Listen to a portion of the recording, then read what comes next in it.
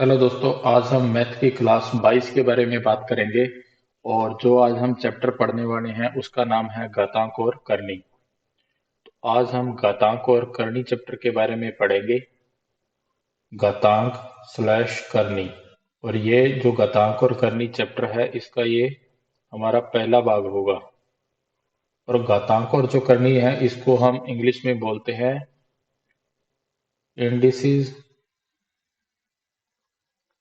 And surds. SURDS। Indices and surds, ये घातांक और करनी जो हमारा चैप्टर है इसका ये पहला भाग है। और 22 क्लास से हम मैथ की कंप्लीट कर चुके हैं। और कुछ सारे नंबर सिस्टम चैप्टर हम कंप्लीट कर चुके हैं, स्क्वायर रूट का कंप्लीट कर चुके हैं, फ्रैक्शन का चैप्टर कंप्लीट कर चुके हैं। तो काफ़ी सारे चैप्टर हम कंप्लीट पहले कर चुके हैं।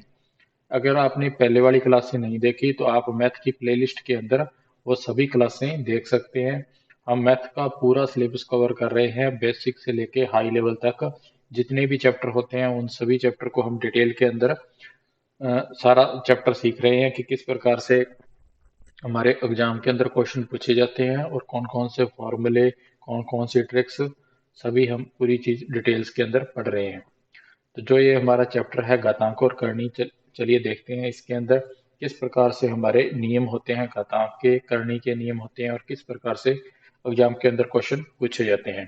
तो घातांक को दोस्तों इंडिसेस भी बोला जाता है और घातांक को पावर भी कहा जाता है। तो जब किसी संख्या के गुणनों को संख्या के ऊपर लिखा जाता है तो उस संख्या का वह हमारा घातांक कहलाता है। जैसे मान लो हम अगर बात करें, सबसे पहले हम x को लेते हैं।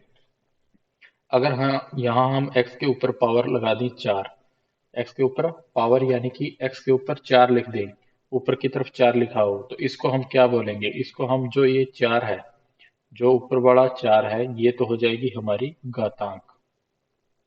इसको हम बोलेंगे घातांक या इंग्लिश के अंदर इसको पावर भी कह देते हैं। तो इसको 4 को बोलेंगे हम घातांक या पावर। और जो ये नीचे वाला x है, जो नीचे वाला x है, x को हम बोलते हैं आधार। एक्स को हम क्या बोलते हैं? आधार। यानी कि इसको इंग्लिश के अंदर बोला जाता है हमारा बेस। एक्स हमारा बेस होगा, आधार होगा, और 4 हमारी घातांक हो जाएगी, पावर। तो इसको हम जब बोलते हैं तो ऐसे बोलते हैं कि एक्स की पावर 4 या एक्स की घातांक 4। इस प्रकार से जो हमारी पावर है, घातांक है, वह कितनी भी हो सकती है। एक्स की पावर 2 भी हो सकती है, 3 भी हो सकती है, 4, 5, 6, कितनी भी पावर हो सकती है। आगे देखते हैं दोस्तों, हम सबसे पहले घातांक के नियम पढ़ेंगे, उसके बाद में हम करनी के नियम के बारे में बात करेंगे। तो सबसे पहले हम देखते हैं घातांक के नियम। तो घातांक के क्या क्या नियम होते हैं, किस प्रकार से घातांक को हल किया जाता है, इसके बारे में हम पढ़ेंगे।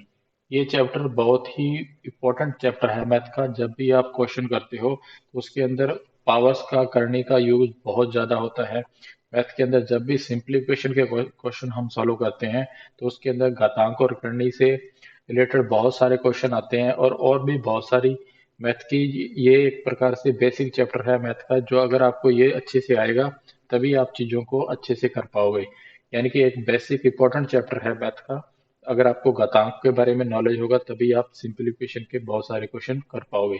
क्योंकि सिंप्लीफिकेशन के अंदर क्या होता है कि बहुत सारे सिंप्लीफिकेशन, एक चैप्टर होता है सरलीकरण सिर्फ कह दिया जाता है, लेकिन उसके अंदर जो चीजें होती हैं वे बहुत सारे चैप्टर से मिलकर बनी होती हैं। जैसे वर्गमूल और घनमूल के क्वेश्चन हुए, या हमारे घातांक करने के क्वेश्चन हुए। इस प्रकार से बहुत सारे चैप्टर का मिलाने के बाद में सिंप्लीफिकेशन का चैप्टर हमारा तैयार होता है। तो घातांक के नियम है, इसके अंदर सबसे पहले जो हम रूल पढ़ने वाले हैं वो देखते हैं। तो घातांक के नियम के अंदर जो हमारा पहला वाला रूल है वह है, जैसे यहाँ हम लिखें ए की पावर एम। ए की पावर एम को अगर मैं ए की पावर एन से, ए की पावर एम को अगर मैं ए की पावर एन से, या फिर ए की पावर यहाँ एल से, MNL, ए की पावर एम को गुणा करूं ए की पावर एन से और गुणा करूं ए की पावर एल से, तो अगर इस चीज को मैं इक्वल लिखना चाहूं तो मैं लिखूंगा ए की पावर एम प्लस में एन प्लस में एल। इसको मैं इस प्रकार से लिख सकता हूँ। यानी कि अब इस चीज का मतलब ये हुआ कि जब भी हम घातांक का नियम है ये पहले वाला, यानी कि जब भी हम कोई तीन संख्याओं को गुणा करेंगे या दो संख्याओं को गुणा करेंगे, जो भी उनकी पावर होती है, घात होती है, यानी कि जिसको हम पावर बोलते हैं, घातांक बोलते हैं, तो जो जैसे यहाँ a की पावर m है, यहाँ a की पावर n है, यहाँ a की पावर l है, तो a की पावर हम m प्लस में n प्लस में l लिखेंगे। यानी कि जो भी हमारी घातें होती हैं गुणा के अंदर, वे क्या हो जाती हैं, जुड़ जाती हैं। ये घातें होती हैं जो गुणा के अंदर, वो क्या होती हैं, जुड़ती हैं। इस बात को अगर हम हिंदी में लिखना चाहें तो ऐसे लिखेंगे, जब भी हमारी संख्याएं कोई दी जाती हैं गुणा के अंदर, तो उनके अंदर जो भी हमारी घातें होती हैं वे गुणा के अंदर घातें जुड़ जाती हैं। तो जो भी ये पावर्स हैं ये क्या हो जाएंगी, ऐड हो जाएगी। अब मैं आपको एक एग्जाम्पल से इस चीज को बताता हूँ। जैसे मान लो, अगर हम यहाँ मान के एक एग्जाम्पल लेते हैं, जैसे कि यहाँ लिखा हमने 2 की पावर 2, 2 की पावर 2, फिर गुणा कर रहे हैं हम मान लो 2 की पावर 3 का, 2 की पावर 2 को गुणा कर रहे हैं 2 की पावर 3 से। अगर आप इस चीज को सॉल्व करना चाहें, इसको हल करना चाहें, तो कैसे करेंगे? आप लिखोगे, सबसे पहले क्या होता है कि घातें तभी जुड़ती हैं जब आपका बेस एक जैसा हो। यानी कि यहाँ बेस यानी कि आधार की बात हो रही है, तो आधार आपका तीनों में ए है, तभी आपकी घातें जुड़ेगी, अदरवाइज घातें जुड़ेगी नहीं। इस बात का आपको अच्छे से ख्याल रखना है कि जब आपका बेस आधार समान होता है तभी घातें गुणा के अंदर जुड़ती हैं, अदरवाइज घातें जुड़ती नहीं है। यहाँ बेस दोनों में 2 दिया गया है, तो आधार हमारा समान है, तो हम क्या करेंगे, यहाँ 2 के ऊपर, यहाँ 2 और 3 है, इसको आप जोड़ोगे तो कितना आ जाएगा, 5। तो ये 2 की पावर 2 का गुणा अगर आप 2 की पावर 3 से करोगे तो ये 2 की पावर 5 के बराबर होता है। अब हम इस चीज को सिद्ध भी कर सकते हैं कि ये 2 की पावर 5 के बराबर कैसे होता है। देखो, अगर आप 2 की पावर 2 करोगे तो आपके पास आंसर आएगा 4, यानी कि 2 की पावर 2 का आंसर होता है 4, यानी कि 2 की पावर 2 को हम क्या लिखते हैं, 2 गुणा 2, तो ये आता है हमारे पास 4। 2 की पावर 3 को अगर हम हल करेंगे तो ये आएगा 8 हमारे पास, यानी कि आप 2 को 3 बार गुणा कर रहे हो तो ये आएगा आपके पास 8। जितनी ऊपर पावर लगी होती है उतनी बार आधार को लिखा जाता है गुणा के अंदर, तो ये आ गया आपका 8।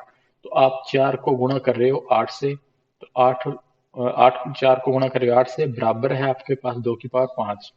तो अगर आप 2 की पावर 5 को सॉल्व करना चाहो तो ये क्या होगा, 2 की पावर 5 है तो आप 2 को 5 बार गुणा करोगे, तो 2 की पावर 5 बार गुणा करोगे तो ये आएगा आपके पास में 32। ये कितना आएगा आपके पास में, ये आएगा आपके पास 32। तो 2 की पावर 5 का मान होता है 32। तो ये एकदम बराबर सिद्ध होता है कि 8 चौके क्या होता है, 32, 4 गुणा 8 32 होता है। यानी कि सीधी सी बात है, इसमें सीखने वाली बात यह है, जब भी आपका आधार समान होता है और सभी संख्याएं गुणा में हो तो उनकी घातों को आप जोड़ के डायरेक्ट लिख सकते हो। ये तो था हमारा घातांक का पहला नियम गुणा का, कि इस प्रकार से हम इस चीजों को लिख सकते हैं। ये मैंने आपको सिखाने के लिए सिर्फ गुणा में लिया था, बाकी आपको ये रूल यही लिखना है कि गुणा के अंदर जब भी इस प्रकार से कोई संख्याएं हो, संख्याएं गुणा के अंदर 2 हो सकती हैं, 3 हो सकती हैं, 4 हो सकती हैं, 5 हो सकती हैं, कितनी भी संख्याएं हो, बस ध्यान इसी बात का रखना है कि जो आपकी आधार है वह समान होना चाहिए। आधार अगर समान नहीं है, एक जैसा नहीं है, तो फिर आप घातों को नहीं जोड़ सकते। जैसे मैं अगर आपको कहूँ कि 2 की पावर 2 का गुणा कर दो 3 की पावर 4 से, तो यहाँ बेस अलग अलग हैं, तो आप इस प्रकार से 2 की पावर 6 या 3 की पावर 6 नहीं लिख सकते, क्योंकि इसके अंदर आधार समान नहीं है। तो आधार समान होना चाहिए, तभी आप गुणा के अंदर घातों को जोड़ सकते हैं। तो जितनी भी ये पावर्स होती हैं ये आपस में जुड़ जाती हैं, और नीचे जो भी बेस एक जैसा होता है, यहाँ कोई भी संख्या होगी वो नीचे की तरफ लिखी जाएगी और जो उसकी पावर है वो आपस में जुड़ जाएंगी। इसके बाद में दोस्तों अब हम नेक्स्ट बात करते हैं गुणा के बाद में भाग की, कि भाग के अंदर किस प्रकार का नियम हमारा लागू होता है। जैसे हमारा a की पावर हम लिखें यहाँ m को, बटा के अंदर यानी कि डिवाइड के अंदर लिखें a की पावर n को। इस चीज को हम अगर लिखना चाहें, जो बटा वाली चीज है, इस चीज को हम मैथ के अंदर ऐसे भी लिखते हैं, a की पावर m, भाग का निशान लगा के a की पावर n भी लिख सकते हैं। तो ये दोनों चीज सेम है, एक जैसी है, यानी कि a की पावर m के अंदर a की पावर n का क्या दिया जा रहा है, भाग दिया जा रहा है। तो इसमें कोई दिक्कत नहीं है, ऐसे लिख सकते हैं इसको, या तो आप ऐसे लिखो यानी कि डिवाइड के अंदर, या फिर इस प्रकार से लिखो। अब इसमें होता क्या है कि ए की पावर जब इस प्रकार से भाग में लिखी जाती है तो ए की पावर m माइनस एन लिखा जाता है। ए की पावर m माइनस एन लिखा जाता है। यानी कि जब भी कोई चीज के अंदर पावर्स वाली संख्याएं होंगी, आपके पास घातांक होंगे, तो उनको जब आप भाग दोगे तो आप माइनस में लिखोगे। यानी कि ऊपर वाली संख्या में जिस चीज का भाग दे रहे हो वह हमेशा माइनस में होती है। तो कोई भी भाग के अंदर आपके पास दो संख्याएं होंगी तो ऊपर वाली जो भी घात होगी उसके अंदर नीचे वाली घात माइनस होगी, यानी कि कम हो जाएगी। जैसे गुणा के अंदर हमने अभी देखा कि सारी घातें प्लस होती हैं, सारी जो पावर्स होती हैं, घातांक होती हैं, वे प्लस के अंदर जाते हैं। उसी प्रकार से भाग के अंदर जितने भी घातांक होते हैं वो आपस में माइनस होते हैं। यानी कि ऊपर वाला जो भी जिस चीज का भाग हम दे रहे हैं तो नीचे वाली चीज उसके माइनस में चली जाती है। अब हम एक एग्जांपल से इस चीज को समझते हैं। जैसे अगर हम यहाँ लिखें 4 की पावर, मैं लिखता हूँ यहाँ 7। 4 की पावर मैंने लिखा है यहाँ 7, और इसमें आपको भाग देना है 4 की पावर 3 का भाग देना है। 4 की पावर 3 का आप भाग दे रहे हो तो आपके पास जो आंसर आएगा वो आएगा 4 की पावर 4। 4 की पावर 4 आएगा। देखो 4 की पावर 4 कैसे आएगा, क्योंकि 4 की पावर 7 के अंदर आप 3 का भाग दे रहे हो तो 3 माइनस होगी, तो 7 में से 3 जाएंगे, क्या बचेगा 4। तो 4 की पावर 4 आपका क्या हो जाएगा, आंसर हो जाएगा, उत्तर हो जाएगा। यानी कि नीचे वाली जो भी है होना तो आधार आपका समान ही होना चाहिए, तभी आप भाग दे सकते हैं। इस बात का आपको खास ध्यान रखना है कि जो आपका आधार है, आपका जो बेस है वह एक जैसा हो। यानी कि संख्याएं जो है पावर्स के अंदर, पावर चाहे घातांक कितनी भी हो उसका कोई मतलब नहीं है, लेकिन आपका आधार बेस समान होना चाहिए, तभी आप इसमें भाग देख सकते हैं। जब आधार को ऊपर से नीचे या नीचे से ऊपर की ओर पलटते हैं तो उनके घातांक के चिन्ह भी पलट जाते हैं। इस बात का भी आपको खास ध्यान रखना है, इसकी आगे हम बात करेंगे। जैसे 4 की पावर 7 में 3 का भाग दिया तो आपका आंसर आएगा 4 की पावर 4। तो इसका जो हल होगा, या इस चीज को आप ऐसे भी लिख सकते हैं कि 4 की पावर 7 के अंदर आप क्या कर रहे हो, भाग दे रहे हो 4 की पावर 3 का, तो आंसर आ रहा है 4 की पावर 4। ऐसे हल किया जाता है इस पावर्स को। चलिए दोस्तों, अब हम इसके बाद में आगे और रूल्स देखते हैं और क्या क्या नियम होते हैं। तो ये थे हमारे घातांक का पहला नियम जो गुणा के अंदर था। इस प्रकार से आप लिख सकते हो, गुणा के अंदर घातें जुड़ती हैं और भाग के अंदर घातें क्या होती हैं, माइनस होती हैं। चलिए दोस्तों, अब हम आगे और इम्पोर्टेंट चीज देखते हैं। जैसे मान लो अगर आपके पास में, मान लो यहाँ लिखा गया x बटा के अंदर लिखा गया y, x बटा में y, और बराबर है y बटा में x। x बटा में y बराबर है y बटा x। अगर इसकी पावर नेगेटिव के अंदर है, माइनस ए है, तो यहाँ है पावर a प्लस की। यहाँ पावर क्या है, प्लस की है। दोस्तों जब भी आपके पास में बटा में कोई भी फ्रैक्शन दी हो, तो जब भी आधार को ऊपर से नीचे या नीचे से ऊपर पलटा जाता है तो घात के चिन्ह भी पलट जाते हैं। इस बात को आप नोट कीजिएगा अपनी नोटबुक में, काफी इंपॉर्टेंट चीज है। जब भी आप जो भी फ्रैक्शन होती है, बटा वाली भिन्न होती है, उसको आप पलटते हैं तो घात का चिन्ह भी पलट जाता है।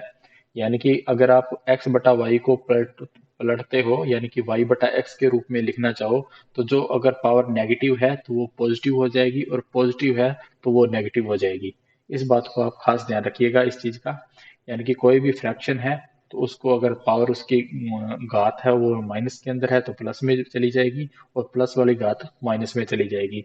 लेकिन ये तभी होगा जब ऊपर, अगर मान लो इस प्रकार से बटा के अंदर फ्रैक्शन आपको दी जा रही है और आप उसको पलट रहे हैं, यानी आप उसको ऊपर नीचे की तरफ पलटते हैं संख्याओं को, तभी आपकी जो घातें हैं उनके चिन्ह चेंज होंगे, अदरवाइज नहीं होंगे। इसके बाद में हम तीसरा रूल पढ़ते हैं दोस्तों, जो हमारा तीसरा इंपॉर्टेंट रूल है घातांक के अंदर। घातांक के अंदर क्या होता है कि जैसे आप यहाँ लिखते हो a की पावर m, हमने लिखा a की पावर m और इसके ऊपर पावर लगा दी n। a की पावर m और ब्रैकेट बंद है और ऊपर पावर लगी हुई n लगी हुई है, तो a की पावर m n लिखी जाएगी। a की पावर m n लिखी जाएगी, यानी कि आप डायरेक्ट उनका डायरेक्ट गुणा कर सकते हो अगर वे चीजें ब्रैकेट के अंदर लिखी गई हैं। यदि घातों के बीच में, ये पक्का ब्रैकेट बोलते हैं इसे, यदि घातों में इस प्रकार से पक्का ब्रैकेट लगा हुआ है तो ब्रैकेट के नीचे तक मतलब यानी कि ब्रैकेट आपका नीचे तक पूरी भी जितनी ही संख्याएं होती है नीचे तक लगाओ तो घातों को आपस में आप डायरेक्ट गुणा कर सकते हो, यानी कि m और n को आप डायरेक्ट इस प्रकार से गुणा करके भी लिख सकते हो। जैसे एग्जांपल लेते हैं, इसका एक समझते हैं कि इसको किस प्रकार से ऐसे लिखा गया है। जैसे अगर हम यहाँ बात करें 3 की पावर, हम लिखें यहाँ 3 की पावर 3 लिखें और इसके ब्रैकेट में बंद करके यहाँ पावर लिखें ऊपर 2, तो फिर हम इसको डायरेक्ट लिख सकते हैं 3 की पावर 3 गुणा 2। तो 3 गुणा 2 क्या हो जाएगी, 3 की पावर 6 हो जाएगी, यानी कि 6 हो जाएगी।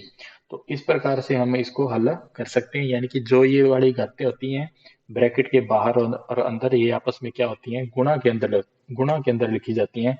तो 3 गुणा 6, तो 3 की पावर 6 हो जाएगा। इस प्रकार से हम इसको हल करते हैं। जैसे अगर 2 घातें 3 घातें कितनी भी घातें आ जाए तब भी आप आसानी से हल कर पाओगे। जैसे मैं अगर 3 घातों का एक एग्जांपल लूँ, जैसे यहाँ लिखा था 4 की पावर 3 लिखा, फिर ब्रैकेट लगा दिया। अब ब्रैकेट लगाने के बाद में बाहर यहाँ 2 लिखा जाए और फिर इसके ब्रैकेट बंद कर दें, और इस ब्रैकेट बंद करने के बाद ऊपर हम 5 और लिख दें। अब इस चीज को अगर हम हल करना चाहें तो फिर भी हम क्या करेंगे, सीधा बेस हमारा क्या है, 4 है, तो ये सभी संख्याएं हैं ये आपस में क्या चली जाएंगी, गुणा के अंदर चली जाएंगी। 3 गुणा 2 गुणा 5, तो 5 गुणा 10, 10 या 30, तो 4 की पावर कितना आएगा, 30 आ जाएगा। तो 4 की पावर 30 आपका क्या हो जाएगा, आंसर हो जाएगा। तो आप इस चीज को ऐसे समझ सकते हैं, जितनी भी पावर से इस प्रकार से ब्रैकेट में घातांक लगाए जाएंगे वे सभी आपस में क्या होते हैं, गुणा के अंदर होते हैं।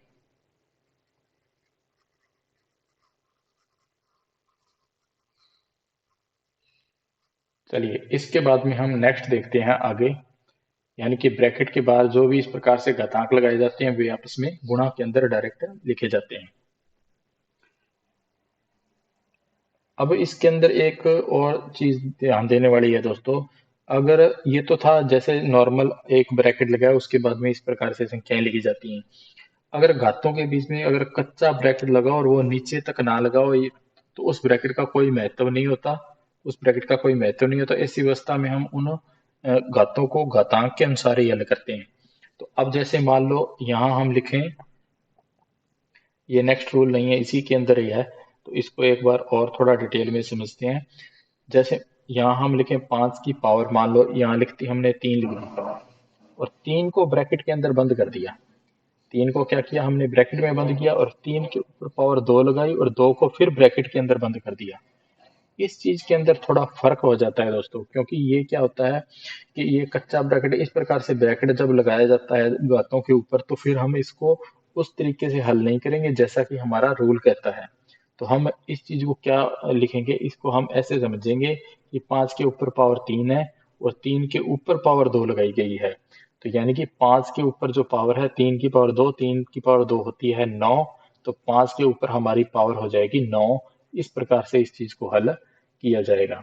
यानी कि अब हम डायरेक्ट 5 की पावर 6 ना लिख के इसको 5 की पावर 9 लिखेंगे, क्योंकि जो हमारे घातांक दिए गए हैं वे ब्रैकेट के अंदर बंद किए गए हैं। अगर ब्रैकेट में इस प्रकार से बंद किए जाएं, स्पेशल अलग से बंद किए जाएं, तो फिर हम उस चीज को इस तरह से समझेंगे।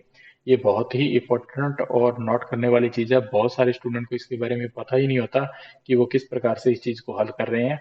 तो इस चीज को आप खास ध्यान रखिएगा। अगर ऊपर पावर्स जो घातांक दिए गए हैं वो ब्रैकेट के अंदर बंद हैं इस प्रकार से, तो फिर आप इस चीज को अलग से समझोगे, या फिर इस प्रकार से पावर्स दी जा रही हैं।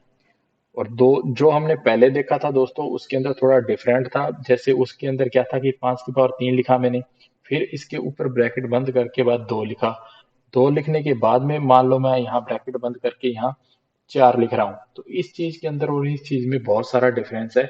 इस चीज को अगर मैं हल करना चाहूँ तो मैं इसको डायरेक्ट 5 की पावर ये हो जाएगी 3 गुणा 2 गुणा 4, तो 5 की पावर ये आ जाएगी मेरे पास 24।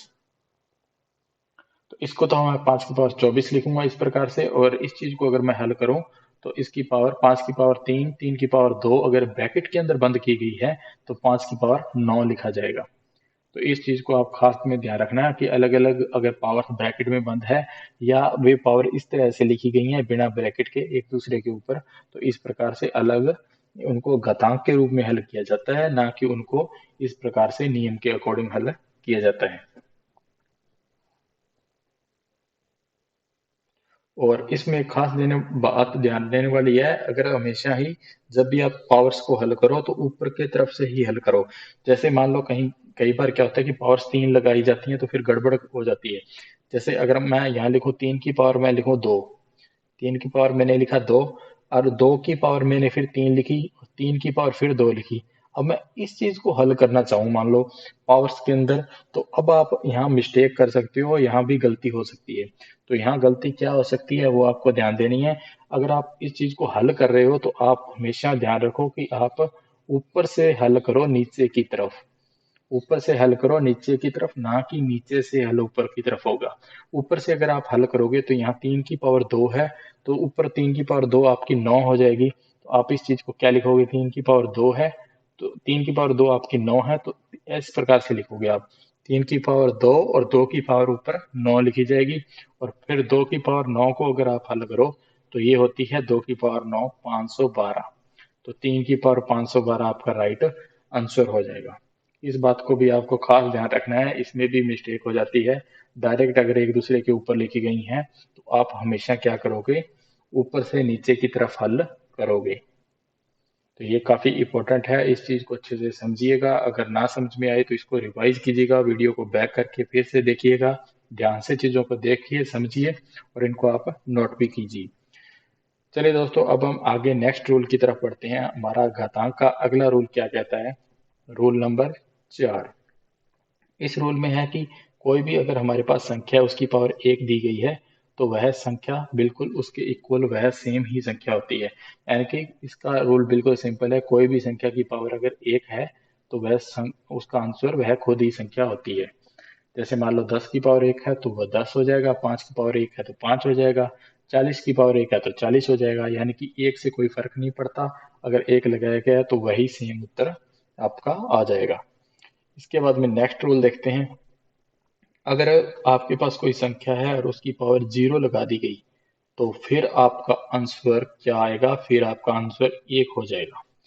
यानी कि अगर कोई संख्या दी गई उसकी पावर 0 है, कोई भी संख्या की पावर 0 है एक्स वाई जेड, चाहे वो अल्फाबेट के अंदर आए, चाहे वो अंक आए, चाहे वो एक्स वाई जेड के अंदर आए, एम एन एल के कुछ भी आए, तो उसकी पावर अगर 0 है तो उसका मान हमेशा क्या होता है, 1 होता है। जिसकी घात शून्य हो उसका मान 1 होगा, इस बात को आप ध्यान रखना। अगर मान लो यहाँ लिखा जाए, अगर मैं लिखूं यहाँ 3 की पावर 0 और इसकी वैल्यू हो जाएगी 1, 4 की पावर 0 वैल्यू हो जाएगी 1। कोई भी संख्या की पावर अगर 0, यहाँ मैं x की पावर 0 लिखूं तब भी वैल्यू 1 हो जाएगी। यानी कि कोई भी संख्या की पावर अगर 0 है तो मैथ के अंदर उसका मान क्या होता है, 1 होता है। चलिए, ये था हमारा 5वां रूल। और इसके बाद में आगे हम पढ़ते हैं हमारा मैथ का इस घातांक के अंदर हमारा 6 नंबर रूल, 6 नंबर रूल।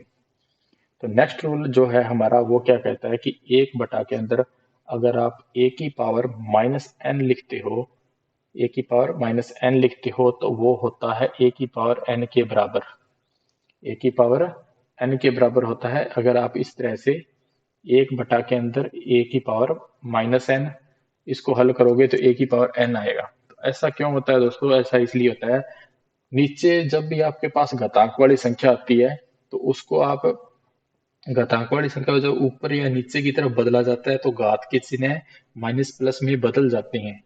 घात के चिन्ह क्या होते हैं, माइनस या प्लस के अंदर बदल जाते हैं। जैसे यहाँ मान लो एग्जाम्पल के थ्रू हम समझते हैं। जैसे मैंने यहाँ एक बटा के अंदर यहाँ कुछ संख्याएं लिखता हूँ। जैसे मैंने यहाँ एक बटा में लिखा 2 की पावर -3 लिखा। अब मैं इसको हल करना चाहूँ तो 2 की पावर 3 के बराबर ये चीज मानी जाएगी। यानी कि माइनस की पावर है, बटा के अंदर नीचे है, ऊपर लेके जाऊंगा तो 2 की पावर 3 प्लस के अंदर लिखूंगा। अगर ये चीज लिखी जाए कि 5 की पावर 2 है, इसको मैं आगे बटा के अंदर लिखूं, एक बटा में नीचे की तरफ लिखना चाहूँ तो 5 की पावर -2 लिखूंगा। यानी कि इस चीज को ऐसे लिखा जाता है, यानी कि प्लस वाली संख्या माइनस की हो जाती है। अगर मान लो यहाँ हमारे पास, मेरे पास हो यहाँ 5 की पावर माइनस के अंदर 2 हो और फिर मैं इसको हल करना चाहूँ तो एक बटा के अंदर 5 की पावर मैं 2 लिखूंगा। इस प्रकार से इसको हल करूंगा तो ये एक बटा क्या हो जाएगा, 25 हमारा आंसर हो जाएगा। यानी कि पावर अगर नेगेटिव के अंदर है तो उसको आप ऊपर या नीचे किसी भी साइड के अंदर लिख रहे हो तो उसको आप क्या लिखोगे, उसका निशान चेंज करके लिखोगे। यानी कि अगर माइनस की है तो प्लस की लिखोगे, प्लस की है तो माइनस की लिखोगे। अगर नीचे घात माइनस की है तो वो एक बटा के अंदर नीचे की तरफ माइनस लिखा गया तो उसको ऊपर की तरफ लिखोगे तो सीधी डायरेक्ट वो प्लस की लिखी जाएगी। और माइनस वाली प्लस की और प्लस वाली हमेशा माइनस की लिखी जाती है। इस प्रकार से ये रूल आप पे बहुत इंपॉर्टेंट है, इस चीज को भी आप खास ध्यान रखिएगा।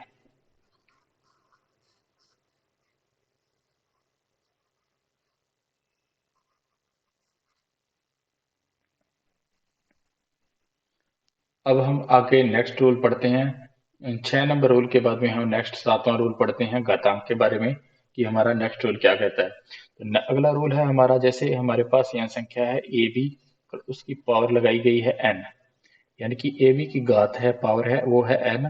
तो हम इसको जब लिखेंगे, अगर हम इसको अलग अलग करके लिखना चाहें तो जो ऊपर वाली पावर है वो गुणा के अंदर दोनों तरफ लिखी जाती है, यानी कि ए की पावर एम एन और गुणा के अंदर लिखी जाएगी ए की पावर सॉरी बी की पावर एन।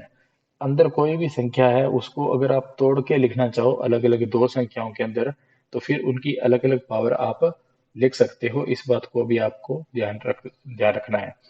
जैसे अंदर कोई भी संख्या गुणा के अंदर है तो उसकी पावर एन है, तो उसको अलग अलग करके भी आप इस प्रकार से गुणा में लिख सकते हो। इस चीज को आप ऐसे समझ सकते हैं, जैसे मान लो एग्जाम्पल में हम देखें, यहाँ हमारे पास कोई दो संख्याएं हैं या तो एक संख्या है 12, या यहाँ मान लो आप दो संख्याएं भी मान सकते हो, कोई प्रॉब्लम नहीं है।